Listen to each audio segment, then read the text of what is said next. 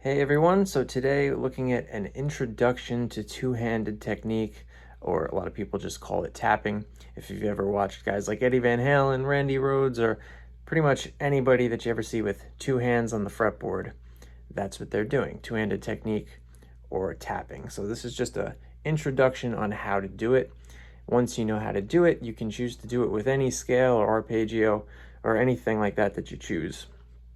But what I'm going to use in this video for the demonstration is a 1-string G major scale on the high E string. So your first note, second note, third note, fourth note is a half step, fifth, sixth, seventh, and then half step to the eighth, which is 1 again, same note we started on. So the idea here is we're going to have 2 notes with this hand, and we're going to have 1 note with this hand. Now, which finger you choose to tap with is up to you. A lot of guys like to do it with their index finger. I do it with my middle finger so that I don't have to let go of the pick, but some people will, drop the pick or put it in their mouth for a second if they like to use their index finger. And a lot of people switch between multiple fingers, but I'll be using my middle finger. So I'm going to set up note 1 from the scale, note 2 from the scale, and I'm going to be using this hand or this finger to grab note 3 of the scale. And the idea here is we're going to start with this middle finger on the right hand, or left hand if you're a lefty, and we're going to hammer, pull off, and once we've done that, we're now going to pull off this finger. So we have hammer, pull off, pull off. That's our first step. Once we've landed on that last note, which is this guy, we're now going to hammer back on to this note with the third finger. So we have hammer, pull, pull, hammer, and then again, hammer, pull, pull, hammer.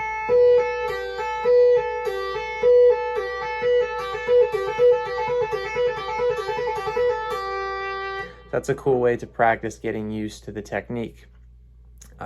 Once the technique is feeling good, the idea is you don't have to stay on those 3 notes. So we know this was the third note. We can move a half step to the 4th note, to the 5th note, to the 6th note, 7th, and then back to the original G note that we started on.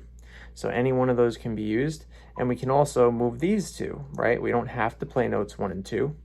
We could do 2 and 3 and tap 4 or 5 or 6 or any of the other numbers. We could do something crazy like 1 and 3, big stretch, and then tap the other notes. So any combination of the notes will work as long as you stick to the notes within the scale and tap them cleanly. So here's an example of a way you could practice. I'm going to use 1 and 2, first 2 notes, and I'm going to tap my way through the 3rd, 4th, 5th, all the way up to the end, and then I'm going to come back down again. So on note 3 here, note 4, note 5,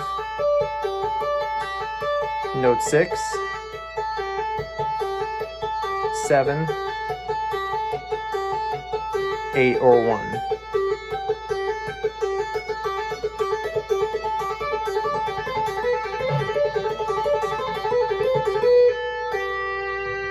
So you can see how I started bouncing around there a little bit at the end, because you can go in any direction you want to as long as you stick with those notes. And eventually, if it feels good, you try this with whatever scale you want to. Cool example, right? Everyone loves the pentatonic scale. So that's pentatonic shape 1, A minor pentatonic. And here's where a note from shape 2 would be. Same thing on this string.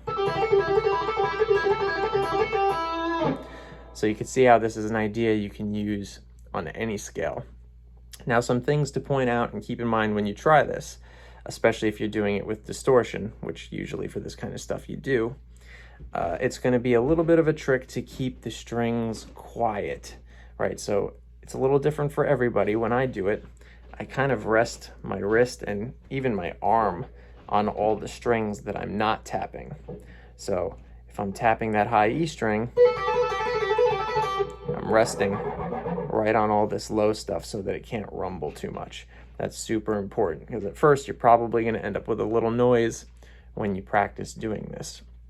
The other thing, last thing that I'll point out that's super important, is when you're doing that tap finger,